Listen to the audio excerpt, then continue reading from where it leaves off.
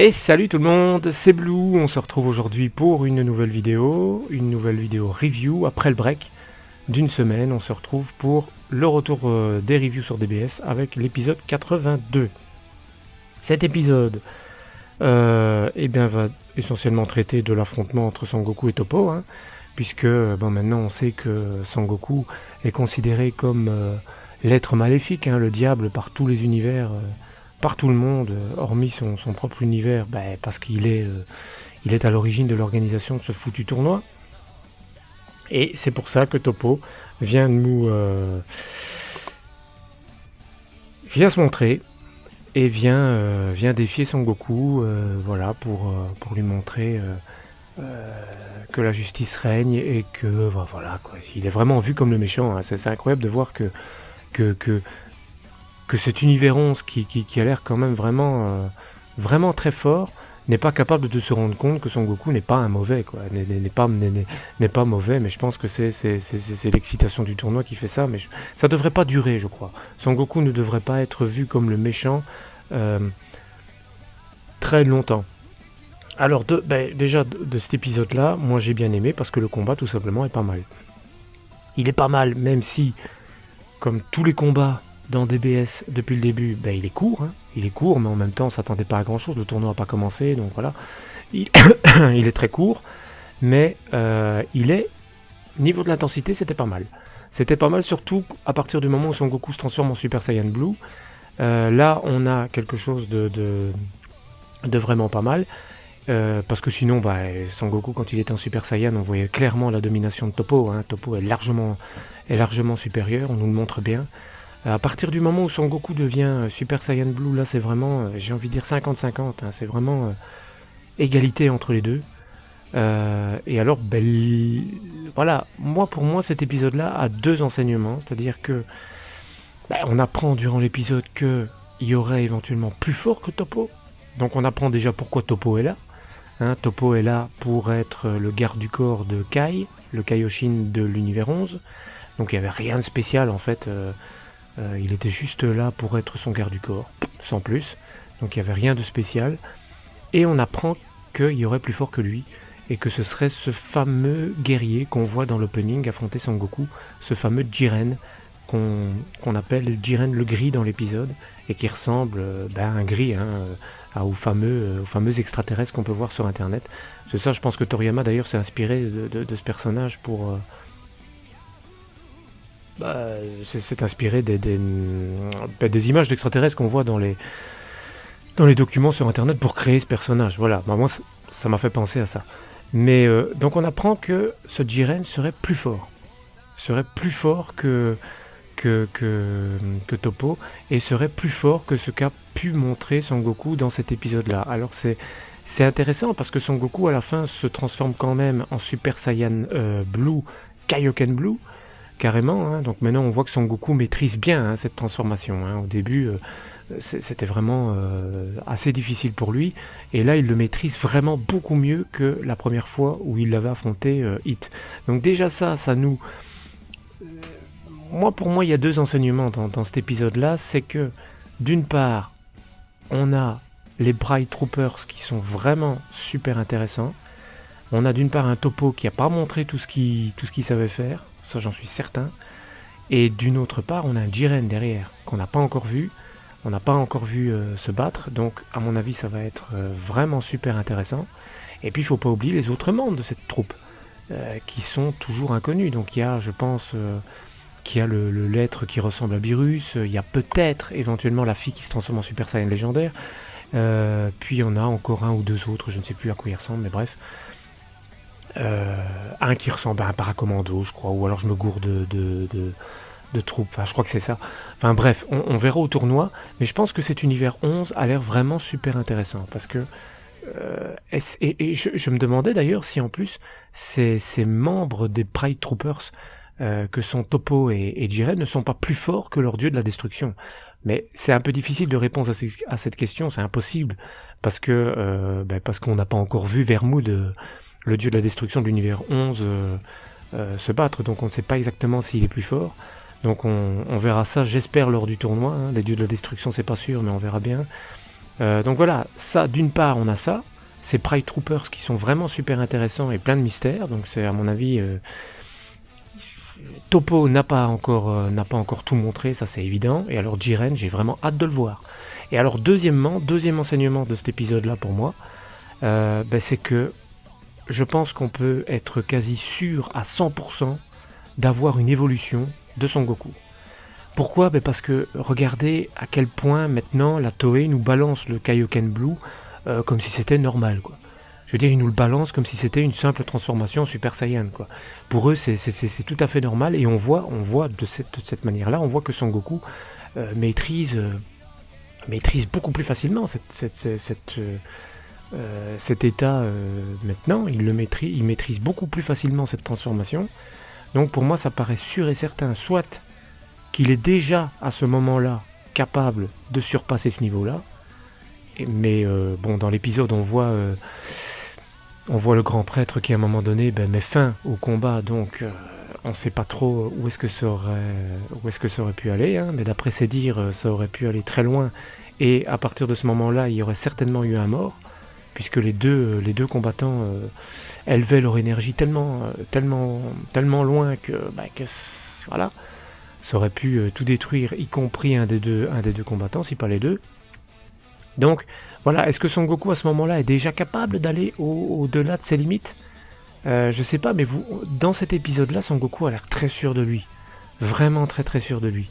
Il a vraiment l'air très sûr de lui, et il n'a absolument pas peur de Toppo. Il est de plus en plus confiant, donc je me demande s'il a vraiment pas quelque chose à cacher, s'il est déjà pas sûr de lui, sûr de pouvoir dépasser le stade qu'il a atteint pour le moment, ou alors on apprend dans l'épisode qu'il reste 40 heures, 39 à la toute fin de l'épisode, qu'il reste 39 heures avant le début du tournoi, ce qui laisse largement le temps à Son Goku d'aller faire un petit tour dans la salle du temps, par exemple, pour encore préparer. Généralement c'est comme ça que ça se passe, hein.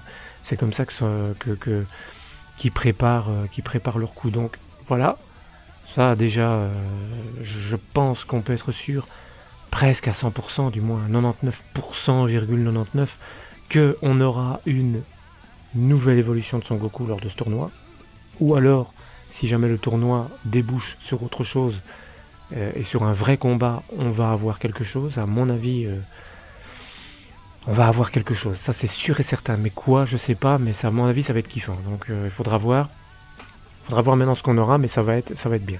Je crois que ça va vraiment être bien. Donc voilà, pour moi ce sont les deux enseignements de cet épisode-là, de cet épisode-là, c'est-à-dire que voilà, on a d'un côté la Pride Troopers et l'univers 11 en général, qui m'a l'air vraiment intéressant et vraiment très fort. Peut-être même l'univers le plus fort de ceux qui participent. Et alors, on a Son Goku qui, à mon avis, nous cache bien son jeu, parce qu'il est la manière de la Toei de nous balancer le Kaioken Blue aussi facilement maintenant, il nous le balance quasiment à chaque épisode, et puis la décontraction de Son Goku, quoi. Il est vraiment super décontracté et n'a pas l'air du tout inquiété par ses adversaires. Donc, à mon avis, je pense que voilà, il sait déjà de quoi il est capable. Voilà, donc maintenant une chose est sûre, c'est que pour le début du tournoi, je l'avais déjà dit et je le répète, tout le monde, alors vraiment tout le monde, je pense, va se jeter contre Son Goku, va se jeter sur Son Goku lors de ce tournoi, parce qu'il est vu comme la bête noire, le gars qui